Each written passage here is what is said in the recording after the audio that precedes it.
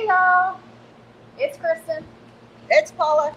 And we're here with Richard from Yes. Happy Raptor. How y'all doing today? We are here at Happy Raptor Distilling, right in the heart of New Orleans. You all started during Mardi Gras of 2020. February 14th, 2020. Just right before the big C. And exactly a week before COVID happened. We had one beautiful Mardi Gras, and then the world turned upside down. But y'all have some great rums. We've tried them before. You want to tell us a little bit about your rums and Yes. how you distill them? You're So- the assistant distiller. is that Yes, right? I'm one of the distillers here at Happy Raptor, also one of the bartenders, depending on what day. But we are modeled after the Caribbean rum, so our rum is a lot more funkier than probably some other rums. We do open air fermentation, so we let Mother Nature help our fermentation out.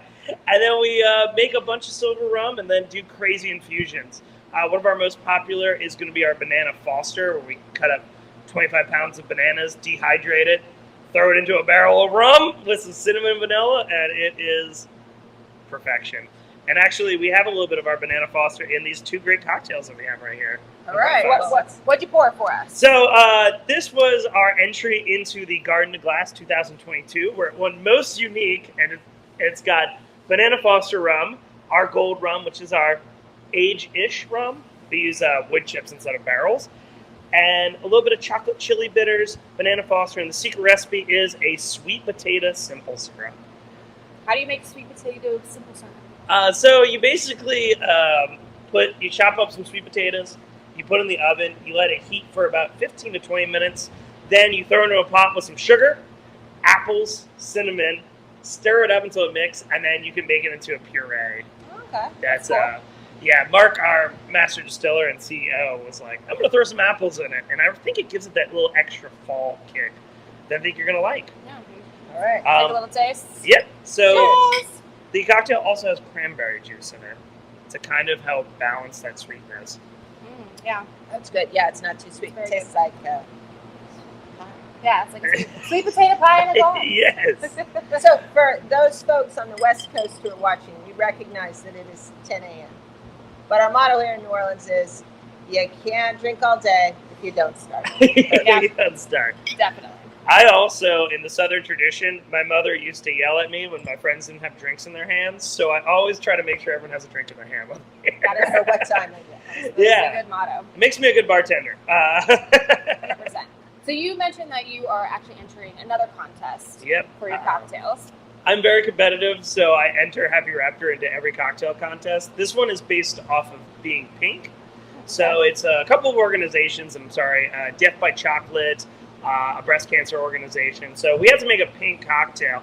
Now, we do have a pink cocktail called the Pink Raptor, but, I mean, let's be creative. Yes, Let's do it. 100%. Okay, so All right. show you what you got. So a lot of people always ask me, like, what is the basis of our cocktails? And I always tell people, you have to know why cocktails are good. So why is a daiquiri good? Well, I think it goes to the rum. Yes, it goes to the rum. It's got a little sweet, got a little sour. So we're going to put those components into our drink. So first things first, we're going to start off with a little cranberry juice. Who doesn't love cranberry juice? I think cranberry makes a good cocktail. Yeah, it's tart. It's a little bit sweet. I didn't squeeze cranberry juices at home, so sorry, Internet. Forgive me. Dang, it's not fresh. Also, squeezed. it has vitamin C, so I guess it's healthy. It's healthy. It's very healthy. So one thing that we're trying to do, especially here at Happy Raptor, is we're trying to make cocktails without just using plain old simple syrup. I don't want to just add sweetness to a cocktail. I want to add uniqueness and funness. Yeah. So instead of just plain old simple syrup, we're going to do some coconut cream. Nice. So I'm going to do 3/4. So you kind of see that traditional daiquiri style of equal parts sweet, equal parts sour. And now we're going to do our silver rum. Our award-winning silver rum. It won a bronze in a rum competition earlier this year. And this one's my favorite of the line because when you distill, you have to make cuts and blend your different cuts by the different stages that it comes out to distill. So by making really great cuts, you can have a great silver or you can have a terrible silver. So it's really challenging while you're tasting, and there's no hiding silver rum. It's just water and rum. So I can't put bananas in it. No. So now your rum is distilled from local, well, not local, but Yes. Louisiana molasses. Lula's sugar. We use their sugar and we use their molasses. Okay. Pretty much everything we do local, except for hibiscus, because I don't know of a New Orleanian hibiscus farmer. But if you are one, Let them know. I don't know. So it is Death by Chocolate, and instead of adding chocolate, we're going to add a little chocolate bitters to kind of cut that sweetness down. So I'm going to do two big Tell us a little bit about bitters, because I know that they're in a lot of cocktails, and I went to the store the other day, and there were 400 choices. So many. So many choices. So bitters are essentially you throw in bitter things into a high grain neutral spirit. So think of Everclear, think of vodka, and you let it sit there, and it starts to absorb those flavors. Now the thing with bitters, they're kind of like the cocktail's salt and pepper. You know, a little salt makes a dish amazing, but if you get a handful of salt, you're probably going to be a bad time. So that's why we're only going to put a little bit. So it adds a little more flavor. So it's going to add a little chocolateness, but instead of just adding a sweet chocolate, it's going to add a bitter note to it to bring down that sweetness. Now, fun facts about bitters is our bodies are naturally in tune to taste for bitter things. Because when we were cave people eating stuff off the ground, if you ate something bitter, it usually meant that you were going to hallucinate or die. What a flip of a coin. Yes. So our bodies have naturally evolved to detect bitter things. That's why if you saw, I only put a little bit. I didn't put an ounce or two in there. Because it's going to come through. Now, there used to just be, I think, basic bitters that were, back in the day. Yeah. And now... Your Peychaud's, your Angostura, and all right, those. Yeah. But now Has I've it seen grown? Yeah, I've seen everything from like the chocolate bitters, like orange to like. Yeah, it's definitely exploded with the cocktail golden age that we're in right now.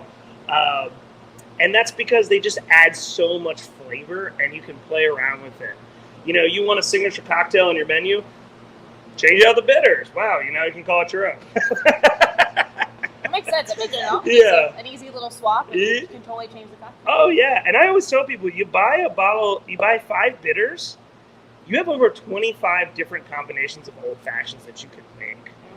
And because old fashioned is just sugar, water, bitters, and some spirits. Yeah. So they're really fun. They're also great in cooking. I use a spicy bitter in my guacamole, or oysters. Really delicious on some oysters. But we're gonna shake her up, and we'll start getting the shaking. Little Cocktail in a show. I like it. I watched a 30-minute presentation on shaking techniques, so I'm trying to improve the different shaking techniques. Is there really a technique for shaking? There's actually different styles. There's a Japanese style where you do like an E and you do like a twist. Okay. That's the Japanese. And then this is what's called I think it's called the American style, where it's just 2 points. And yeah, there's different ways where you don't strain your muscles. I just didn't know if it was like made the cocktail more like frothy one way, or like if it makes a better mix. I don't know. I have no idea. What did you even think of that? I just take the shaker and shake it. Yeah, that's what I used to do. I do I call it the American football style, because when there's a busy bar, I got to use my other hand, so I hold it like a football and shake it while I'm like running the register or preparing my drink. So that's my own coin style, the football. I agree. You should make a video about that too. Yeah. How to shake. All right. So first of all, we passed the pink test. It's pink. Yes, it's definitely pink. I'm thinking a nice orange zest. So first, we got to make sure the flavors are great when making a cocktail, and kind of figure out what we want. Do we want this I want it to be a little sweet, but I don't want you to. Tastes like ice cream. Oh yeah. Yeah, it's definitely got an ice cream quality. You see that chocolate coming through? Mm-hmm. I think I want less coconut because it's very coconut, and I don't want you to. When you taste coconut and pink, Pepto-Bismol. Yeah. Those chocolate bitters are really Those are really good. good. Put those in everything. Yeah. And I think I want the rum to pop a little bit more. It's kind of hidden underneath that coconut. Yeah, the coconut's a little. So, what do we do? We throw it in the glass because we don't waste good booze. Nope, never. And we start again. So But- what do you find is like the best elements for a good cocktail? For people that are making them at home and trying to make cocktails for the first time, what do you find are your key elements of a good cocktail? The key elements, I think, is finding a brand that you like that won't kill your pocket. You don't need to spend $120 on a good bottle. In fact, if you want, I'm a bourbon steward, and so I always drink what's called bottom shelf because there's a lot of good, cheaper options. So getting a spirit that you like, then also knowing what kind of drink you like. If you like spirits with a little bit of sugar, then you're probably an old-fashioned person, and that's probably what you want. Or if you're like a more sweeter person, then you can kind of go into that and figure out what your taste than just, I like booze, I don't like booze, So that's the first step, is your spirit. Second step is I would master the daiquiri first. That's a good shake and drink of sour and sweet. And then once you do that, you can kind of branch off into different cocktails. Cool. And then, or the old-fashioned. Because, we just had Negroni week this past week. We made one. We made one. Oh, yes. I didn't. The gin was good, but I feel like it could have been a little better. A little. A little better. The gin we chose. We Yeah. just chose. Yeah, that's the thing with gin is it's the Wild West. So like you can get some really good gin or you can get some really rough gin. But think of the Negroni. We have a whole week dedicated to the Negroni, and it's 3 ingredients: an ounce of gin, an ounce of Campari, an ounce of sweet vermouth. Very simple. Very simple. I can do it while I'm drunk. Is make a Negroni. You throw it in a glass with some ice. So like. Just knowing that, like, I don't have to make a tiki drink with 40 ingredients. I can have a quality cocktail at my house for probably under $30 and without stressing. And not too many dishes. Yeah.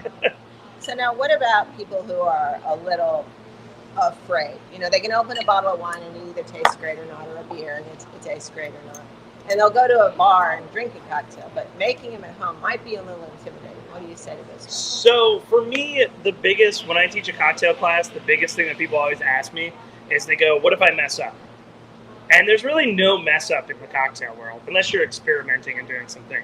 If you put too much booze, put a little bit of the extra stuff.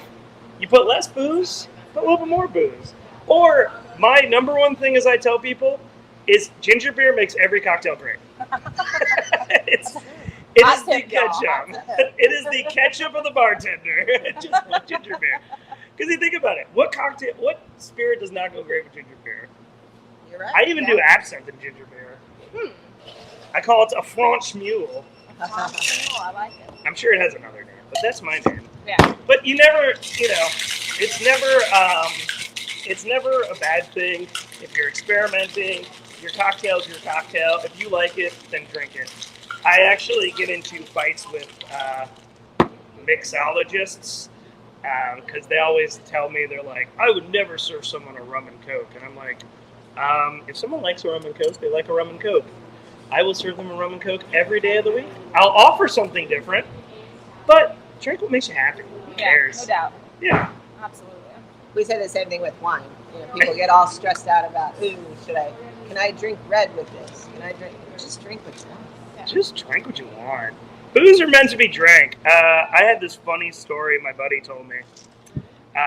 He ran a Scotch class, and they had a Scotch expert, and the guy goes, all right, one of the people in the crowd, he's like, I have a 10-year-old Scotch that I haven't opened in 10 years. What does that tell you? And the Scotch expert goes, so you have a 10-year-old Scotch that you haven't opened in 10 years. You know what that tells me? That you have no friends. Drink your booze. Drink it. All right, so let's try this one. We went. So the other drink we had a problem with was too much coconut. So we went down on the coconut, we went up on the cranberry, and a little less on the chocolate.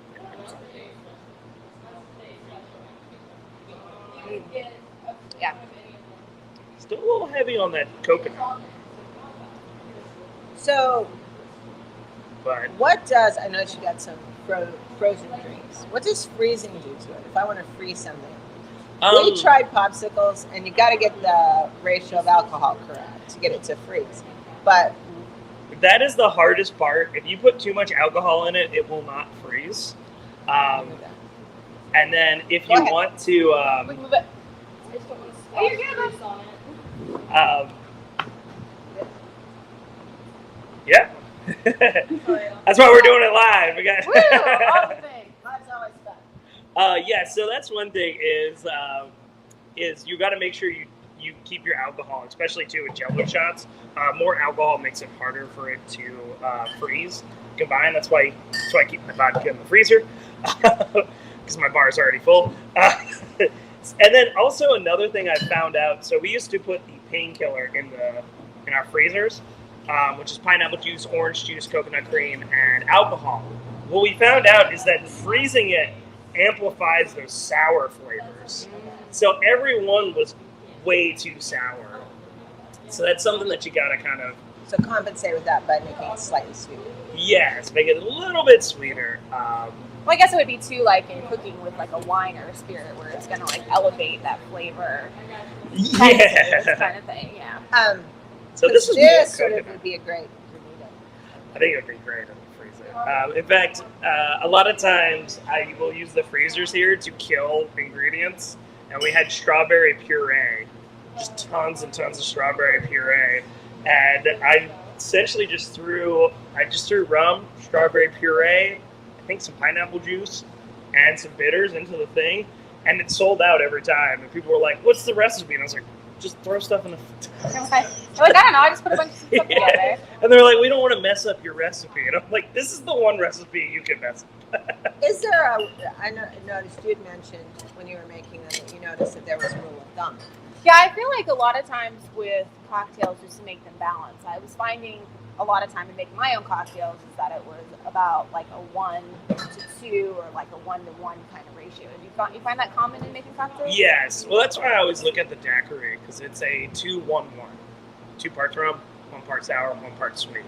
So yeah, that's what I find is the perfect combination is the daiquiri.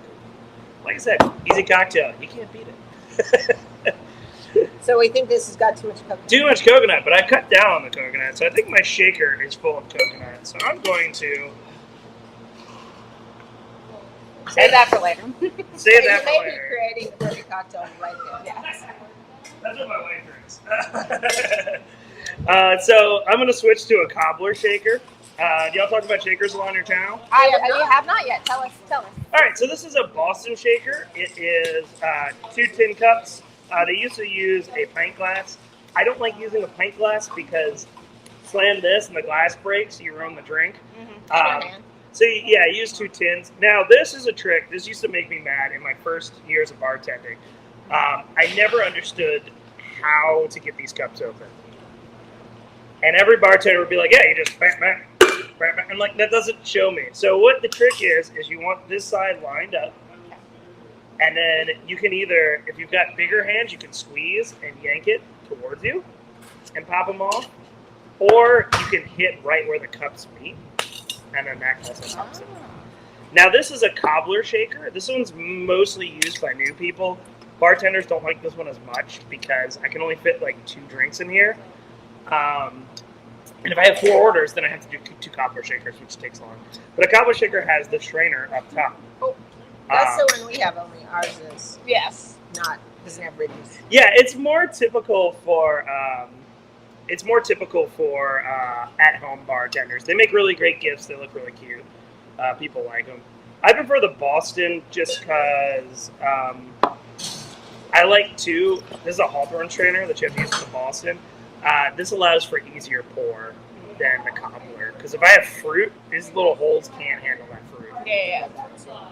Another thing is, this is a rule I break every freaking time, and my bartenders call me out all the time because I help teach the bartenders. I always put my booze in first because that's how my brain works. Never put your booze in first. Because if you mess up and you have to toss booze, well, that's a crime. But if you have to toss lime juice, whatever, I'm just going to get some more lime juice. But I break it every time, so... Don't do what you do. Do what you say. Do it, yeah, exactly. So I'm actually going to bump that cranberry up to 1.5 ounces. Just so y'all know, this is a working bar. They are having tours, so if you hear background noise or you see background, if you're in New Orleans, come have a tour. Yeah, come on in and have a drink. We have a great menu. We're about to release our fall menu, which has great coffee drinks and apple cider. So I'm doing 1.5 ounces of cranberry and just a slight squirt of the coconut, because the coconut is just kicking everybody's butt. It's a pretty overpowering flavor. I mean, it's good, but Well, I think the fat coats your tongue. true, yeah. Yeah. So you have to have enough to cut it. And this is also a trick I also tell my bartenders. You never shake at your customer. You always shake away from the customer. Because if this opens up and spills on you, it's a funny story from your customer. And they'll probably tip you more, depending on how rough your night is. Yes. If you do it this way and they get a drink, that usually makes people very mad. And that one's free. That one's free, yes. I remember I was at a bar and the bartender was making 4 drinks and they were building them on the bar. And they went to go do the Boston Shaker and they whiffed and it hit and it tipped and spilled all over her. And we were like, oh, it's okay. And she just grabbed the dids and said, F this, and shoved it halfway to the bar. Clear job, right? I think it was a rough night. We tipped a little extra. I was like, okay, you're having a rough night. All right, so now that we lowered the coconut and add a little bit more cranberry, I think we got the pink one. Yeah, the pink looks great. I think that works better. This is fantastic. Yeah, that's great. So now the biggest part about cocktails, and people always laugh at me when I tell them, your glass selection. The glass and presentation is all about cocktail culture. If I hand you a Sazerac that's a 2.5 ounce drink in a pint glass, you would punch me in the face because I charge you $16 for that. Mm-hmm. We had that experience in Vegas. We used to order an espresso martini at this one bar, and it was in this beautiful glass, and we just thought, and it was expensive, $20. $20. Oh, And jeez. so one day we decided we needed to travel with it, so we got it in a Go Cup, and it was. Literally just the bottom part of a Solo cup. Like literally, it was We this were size. so mad. I don't think we ever ordered it again because we were like, "That's all there." Exactly. So it's all about presentation. Because, like I said, if he would have handed you that in a solo glass, you'd probably strangle him right there. I'd say I did not get my money. Nope. Yes. So the glassware is important.